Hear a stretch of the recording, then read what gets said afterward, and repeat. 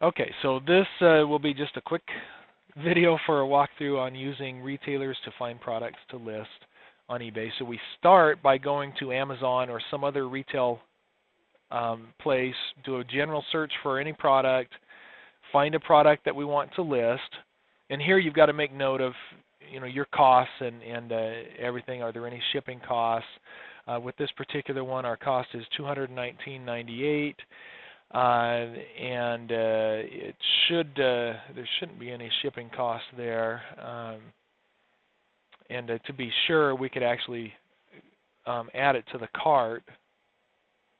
Just to if we go add to cart here, we could find out whether there's for shipping, because we can go so far through that process to know whether or not there's any shipping. So once we've got it, first thing we do is make sure we can get an image. So if we click on that image to bring up a larger, and then right-click, Save Picture As, and that should give us the option to save the picture. If we don't have a Save Picture or Save Image As option, then we've got to go search on Google for that image. Okay, and then we want to name that. So this could be just simply baby crib. So we know what it is, and then you save it wherever. The best thing would be to create a folder. So if we have an eBay Pics folder, then we're saving everything in the same place all the time. So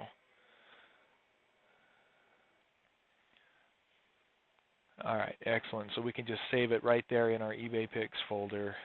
And so now we know that's saved. Then we go over to eBay, and we want to just run a general search for part of that title. And once we run our initial search to look at live items, then you come over here and click this completed listings under the show only on the left-hand side. When you check that box, then we see green pricing for some, which indicates they've sold. And so then we're looking at completed listings. The only reason we do this is, number one, to look at the titles to see what keywords are being used, and number two, to click Sell One Like This. And then we'll click that Sell One Like This. That will get us in the right category, so that we're we don't have to go through any extra steps to get in a category. If you're brand new to eBay, then it's going to show you this beginning or basic eBay listing tool, which we do not want. It's garbage. It's frustrating. So if you're brand new, every time you do a listing, that's what's going to come up. So you go up here to the top right and you click Switch to Advanced Listing Tool, or Switch to Advanced Tool. Once we complete a listing in this Advanced Tool, it will always default to the Advanced Tool. This comes up and eBay is going to give you a recommendation. Any of eBay's recommendations, generally speaking, ignore them. They are not helpful. So we do not want to click Stay. We want to click Switch, and that'll switch us to the Advanced Tool. And like I say, once we complete a listing on that Advanced Tool, we'll never be taken back to that. So here is the screen that you'll see in all of our webinars with the Advanced Listing Tool. They've got this little switch to Quick Listing Tool, which we never want to do. So we want to stay in the Advanced Listing Tool to create these. So with this listing tool, you'll see that they do have you in the category already. We've got our title here, but we want to change that title to be more relevant to the product we have. We don't always want to do the brand name in products. That's not necessarily a helpful thing. You could download multiple images and save a few of these images and do them. But what we do want to say is 4-in-1 convertible crib. I think that so we want to get rid of the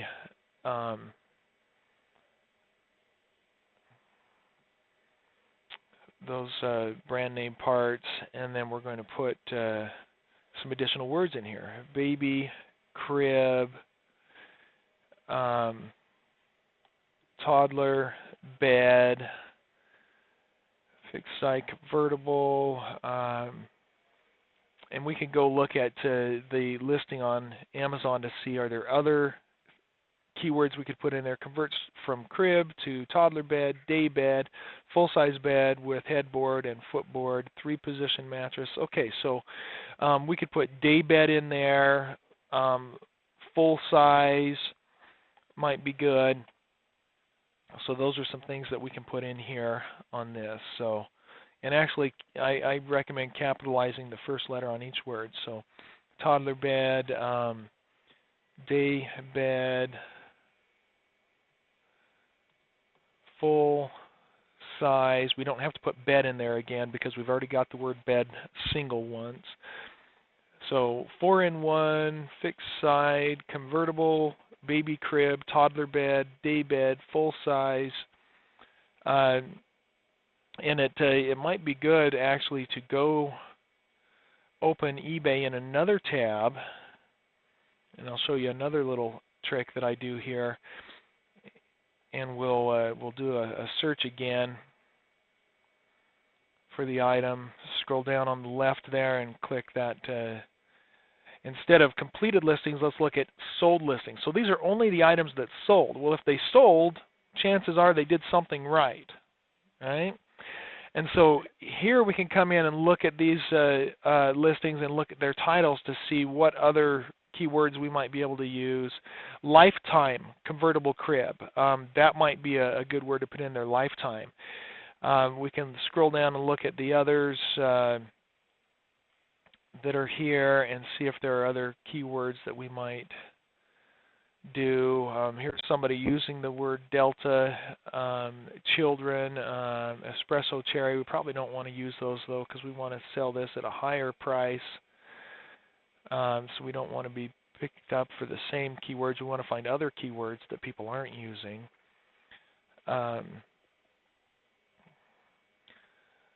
And don't call me during the day. I can't answer the phone if I'm on other calls. I keep getting that call there. Crib and changer. It doesn't have the changer. So we probably got some pretty good keywords in here, I think.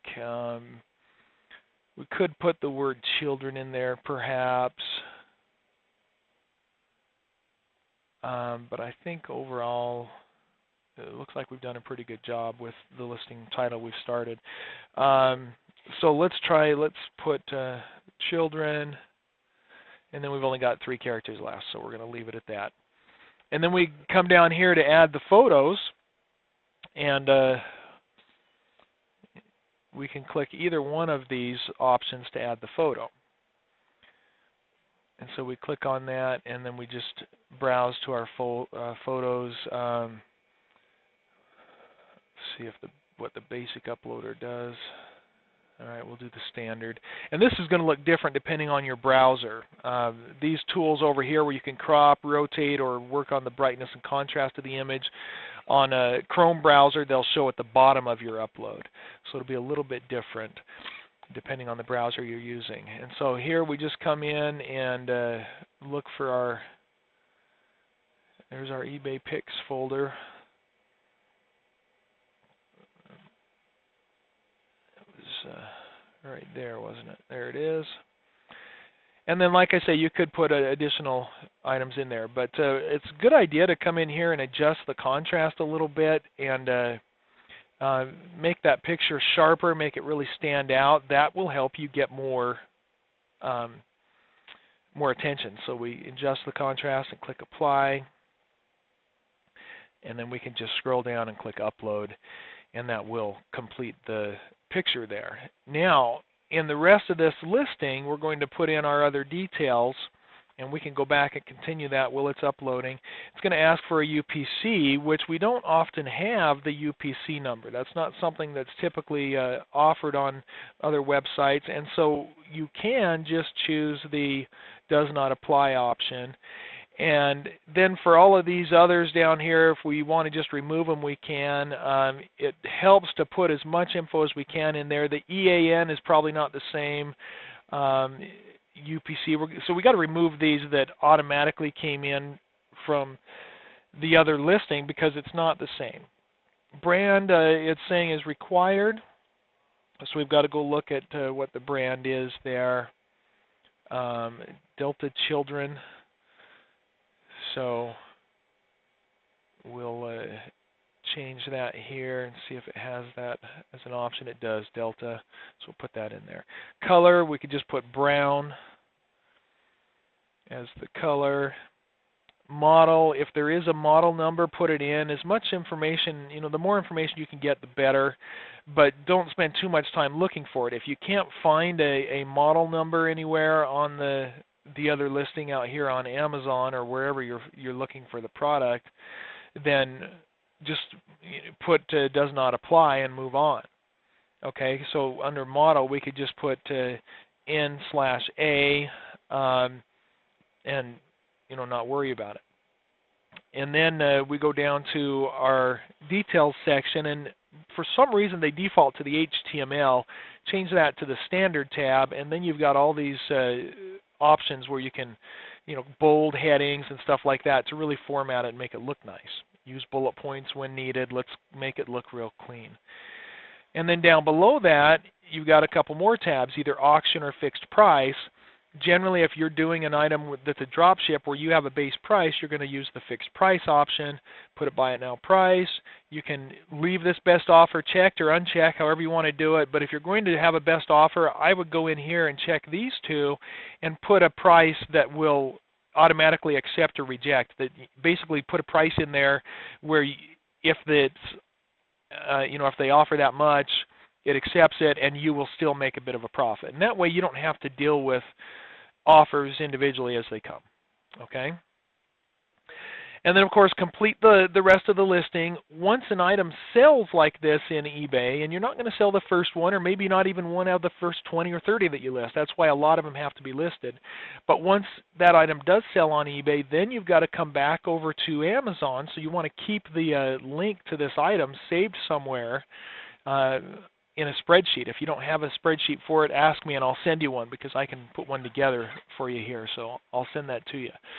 But you copy that link and paste that into a spreadsheet so that you can easily access this again once the item sells, so you can come in and purchase it to have it shipped direct to your customer from Amazon. So that's called retail arbitrage.